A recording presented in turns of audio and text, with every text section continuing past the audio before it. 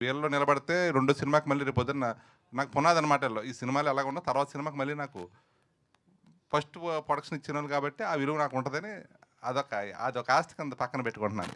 Great. నేను చేసిన ఐదు సినిమాలు కూడా 5 కొత్త డైరెక్టర్లే. ఓకే. ఓకే. గ్రేట్. అదే కాన్సెప్ట్ మీరు అన్నది చాలా కరెక్ట్ పొజిషన్. ఎందుకంటే ఇంత కొత్త వాళ్ళతో మొదలు పెడుతుంటే చాలామంది డిస్కరేజ్ చేశారు నన్ను. చేస్తే కొత్త వాళ్ళని మీరు మలయాళం వాళ్ళు వస్తే చూస్తున్నాం, మనం తమిళ వాళ్ళు వస్తే చూస్తున్నాం, మన వాళ్ళు అంటే ఎందుకు నచ్చరు? ఇప్పుడు ఇప్పుడు అందరూ ఆ? ఇప్పుడు వీళ్ళు ఎలా బతుకుతారండి రేపు పొద్దున్న? అందరూ పెద్దవాళ్ళే కావాలంటే ఇవాళ 200 సినిమాలకి 190 సినిమాలు పోతున్నాయి. నిర్మాత అన్నవాడు ఏమైపోతున్నాడు ఎవరికి అడ్రస్ తెలియదండి. చాలామంది నేను చూశాను ప్రత్యక్షంగా, బాగా అది చెప్పుకోలేని బాధలు పడుతున్నారు.